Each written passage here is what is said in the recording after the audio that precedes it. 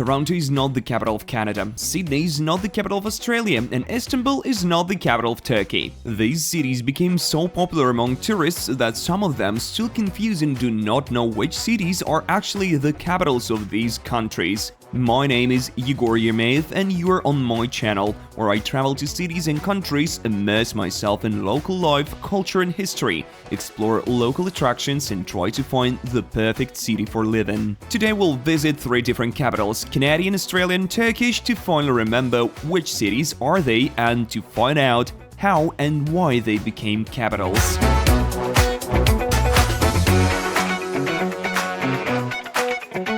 Canada, Ottawa. Speaking of Canada and its capital, many people think about Toronto, but in reality, the Canadian capital is Ottawa. Moreover, previously the capital used to be Montreal starting from 1844 to 1849. It lost its political status after members of 2 political parties of England, later Great Britain, so-called Tory, burned down the Houses of Parliament.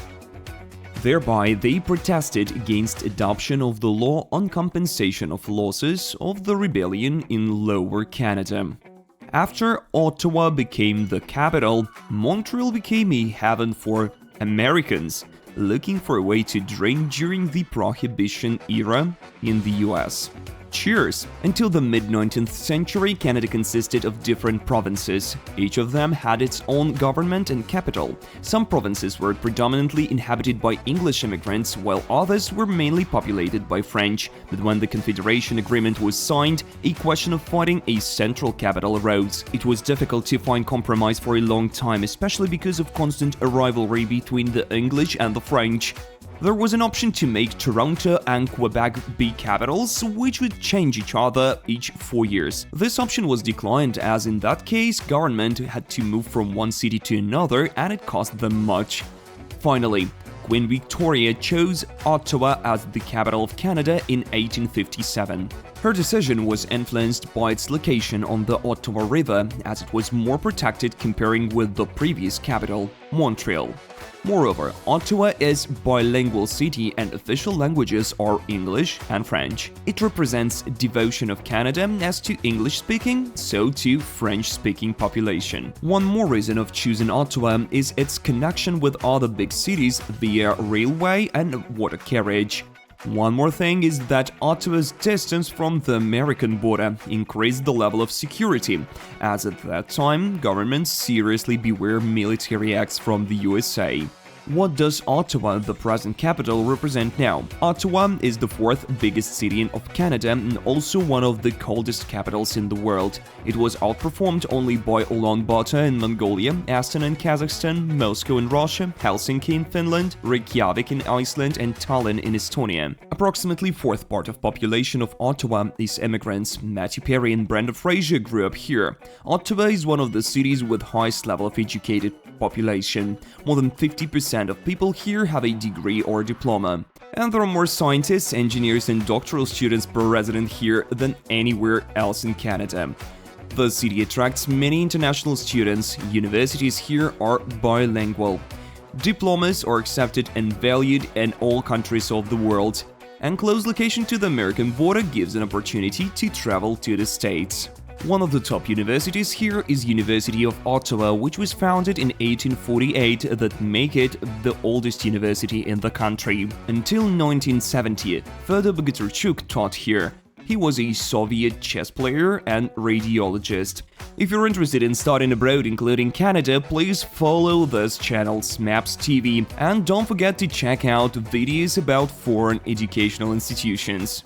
And also in our official website, smaps.com, you will find a huge list of educational institutions abroad, from language centers to schools and different universities. Now back to the topic. If we talk about one of the former capitals, Montreal, there are many people from other countries living there. Besides English and French, other languages are also spoken there. The population of Montreal is almost 1,800,000 people, and among them, almost 40,000 speak Russian. population. And in general, Montreal is quite a cosmopolitan city. Besides the French and English, there are many people from Italy, about 200,000, from China, about 90,000, and Germany, about 70,000. Now let's move from Canada to another English-speaking country, Australia. If you're asked which city is the capital of Australia, what would you answer? Many people, without any doubt, will answer that it's Sydney. Sydney did become famous and popular at some point, but the Australian capital is actually Canberra, although it was once claimed by Sydney along with Melbourne. And of course, their rivalry brought difficulties in decision-making. Sydney is the biggest and oldest Australian city. It was founded in 1788.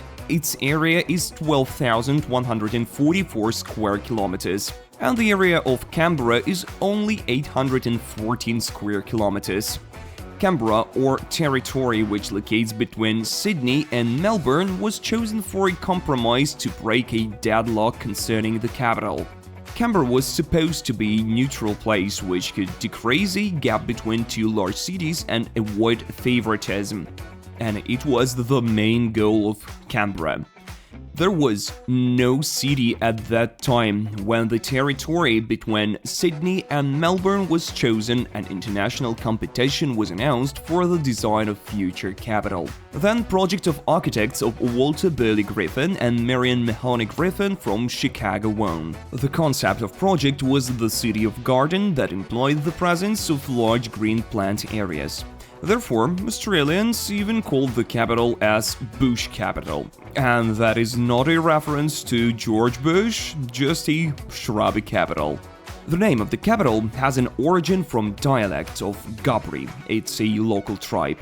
Canberra, from their ancient language, is translated as a place of meetings or literally as frontal place. There are no industrial enterprises in the Australian capital, and it was planned from the beginning. This rule is still followed. They do pay a lot of attention to the environment. Just look at the numbers, there are about 30 trees per inhabitant. Moreover, there is an opportunity to live for a while with wild animals in the Hotel Jamala Wildlife Lodge for $1,000 per night. Here you can live next door to lemurs and meerkats, and in the morning have a breakfast in front of giraffes and lions. Of course, behind the glass. Now, tell me the truth. How old were you when you knew that Istanbul is not the capital of Turkey? Oh, you still have no idea? Ankara was chosen as the capital of Turkey instead of Istanbul for historical and strategic reasons. This decision was made by Mustafa Kemal Atatürk, the founder of modern Turkey, as a part of his efforts to transform and modernize the country in the early 20th century. Ankara is located in the central part of Turkey that makes it more strategically protected than Istanbul, which is located in the northwest near the coast. Ataturk wanted the capital to be less accessible to foreign naval forces and also less vulnerable to external threats. Ataturk also aimed to break away from the Ottoman legacy and to create a new, modern Turkish identity. The transfer of the capital from Istanbul, that was a capital of the Ottoman Empire, symbolized a break from the imperial past and the beginning of a new era. At that time, Ankara was a thick and small city, which now has much to boast of. Its own unique breed of cats is the Turkish Angora cat, and its textile of sheep wool, which is famous around the world for its high quality. In 1919, the headquarters of the liberation movement was established here. Then a general Turkish government was formed. Eventually, the provincial town became the capital and bears this name to this day. Today, Ankara may be less popular than Istanbul. According to the statistics, Istanbul is visited by 20 million of tourists yearly. According to the research of Euromonitor International, Istanbul ranks first in terms of foreign arrivals, surpassing London and Dubai.